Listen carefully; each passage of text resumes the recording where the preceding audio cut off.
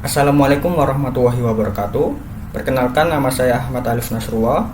Pada video kali ini saya akan membawakan materi tentang perkenalan Docker dan juga deployment WordPress berbasis kontainer menggunakan Docker Compose.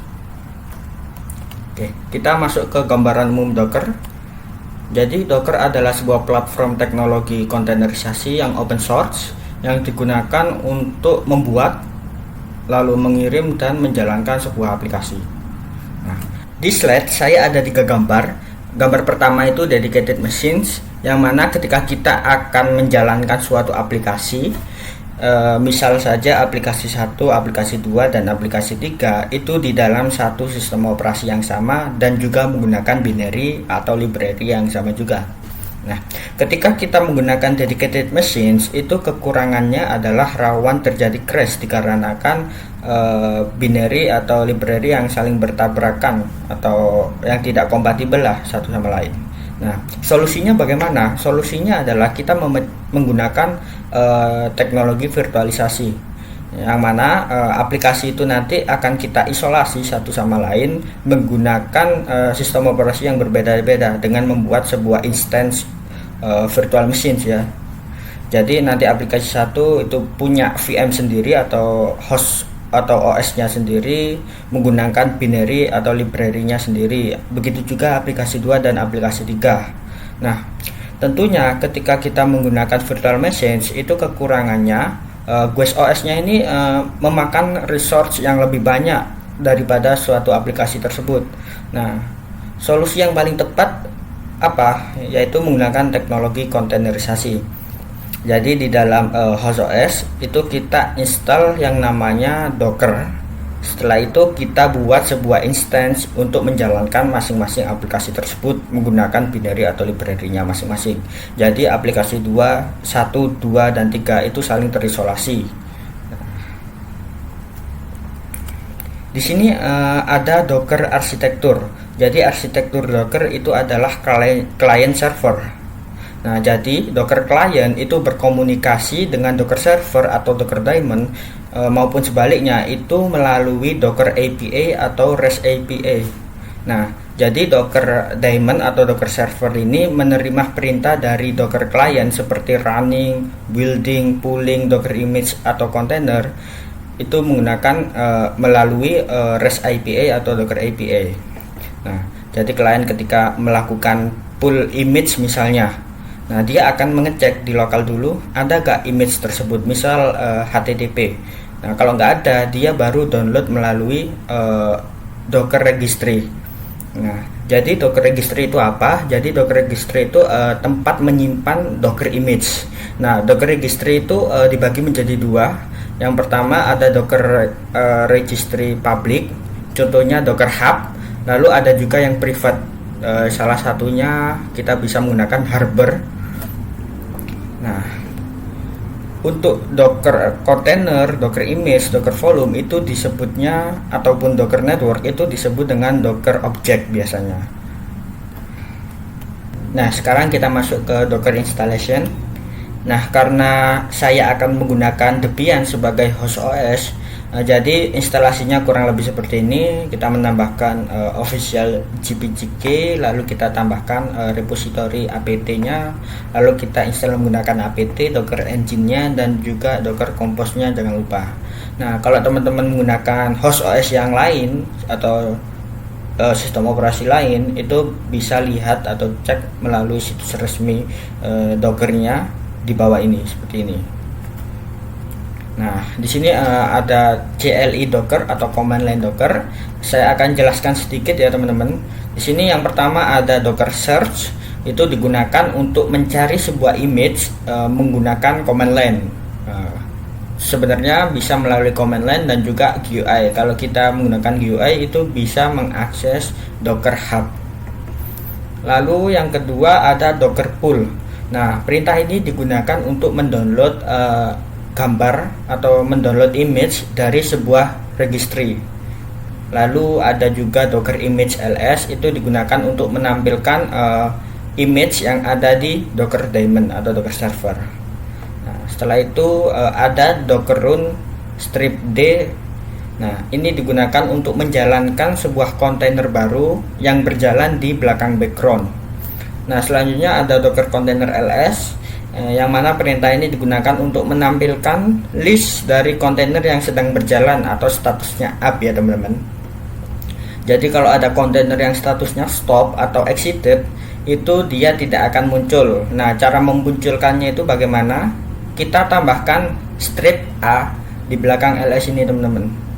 Nanti itu akan muncul semua, baik yang sedang aktif ataupun yang sedang nonaktif. Lalu ada Docker Container Stop. Di sini perintahnya digunakan untuk menstop sebuah kontainer yang sedang running teman-teman. Lalu ada Docker Container Start, digunakan untuk menjalankan kontainer yang statusnya stop atau exited. Lalu juga ada Docker Container Inspect. Nah, perintah ini digunakan untuk menampilkan informasi detail dari sebuah kontainer. Lalu ada Docker Container RM. Nah, perintah ini digunakan untuk meremove sebuah kontainer yang statusnya stop atau exited ya teman-teman. Kalau kita mau meremove sebuah kontainer yang sedang berjalan, itu bisa dengan menambahkan strip F atau force. Lalu ada Docker Execute strip IT ya teman-teman. Nah, perintah ini digunakan untuk masuk ke terminal atau virtual terminal dari kontainer tersebut. Lalu juga ada Docker Top. Nah, Docker Top ini digunakan untuk melihat proses apa saja sih yang sedang terjadi di dalam kontainer tersebut. Lalu ada juga Docker Stats. Nah, Docker Stats ini digunakan untuk melihat resource yang digunakan oleh si kontainer tersebut teman-teman. Lalu juga ada Docker Logs, digunakan untuk melihat logs dari sebuah kontainer. Nah, sekarang kita masuk ke deployment WordPress menggunakan Docker Compose ya teman-teman. Saya jelaskan sedikit. Docker Compose itu adalah sebuah tools yang digunakan untuk mendefinisikan atau menjalankan beberapa service atau kontainer menggunakan file berformat YAML. Nah, di sini ada contohnya ketika kita menggunakan Docker Compose untuk mendeploy sebuah aplikasi yaitu WordPress.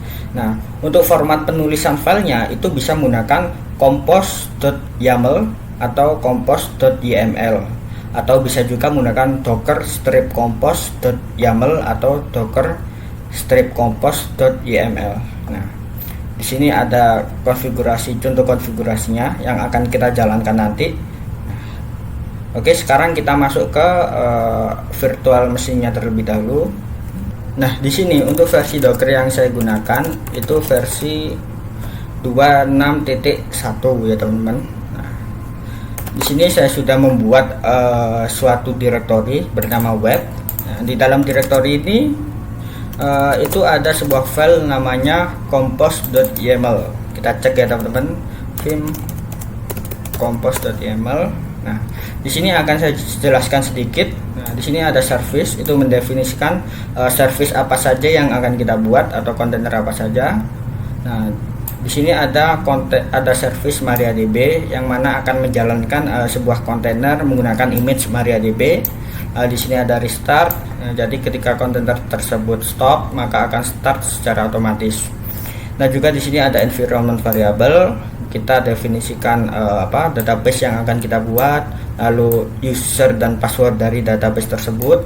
Lalu di sini ada juga password root dari database MariaDB-nya. Nah, lalu di sini ada volumes, dia mendefinisikan volume yang akan kita gunakan di kontainer tersebut ya teman-teman. Di sini juga ada service WordPress yang menggunakan image dari WordPress. Lalu ada damage on, jadi dia akan berjalan ketika service MariaDB-nya udah jalan. Lalu di sini juga ada ports. Nah, untuk port pertama ini yang 80 itu adalah port expose, lalu yang 80 yang di belakang ini itu adalah port kontainernya. Lalu di sini juga ada environment variable, mulai dari database hostnya, lalu database name, lalu database user dan password. Di sini juga ada volume yang akan kita gunakan yaitu volume WordPress volumes.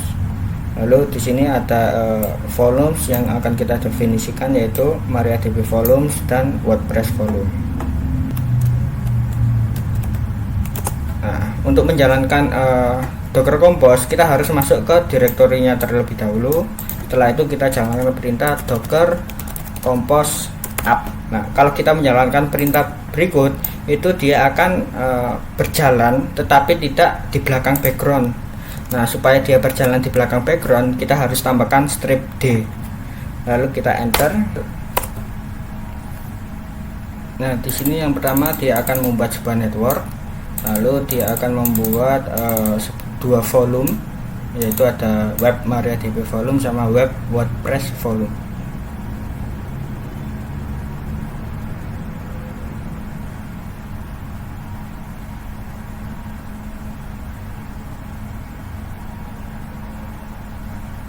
Kita tunggu prosesnya sampai selesai. Sekarang lagi proses pooling library WordPress.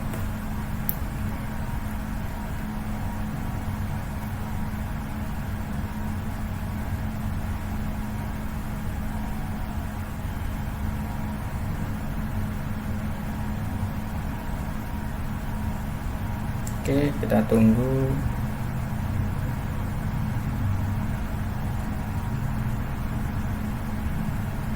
Nah, kalau sudah keluar done, sekarang kita cek docker container ls script a. Nah, di sini untuk service WordPress-nya dia berjalan di port 80. Lalu untuk kontainernya sendiri itu berjalan di 80 juga. Untuk MariaDB nya juga sudah berjalan. Sekarang kita cek saja dengan mengakses IP dari Docker hostnya ya teman-teman. Nah, IP nya yaitu 192.168.56. Kita coba buka browser. Nah, lalu kita akses 192.168.56.2.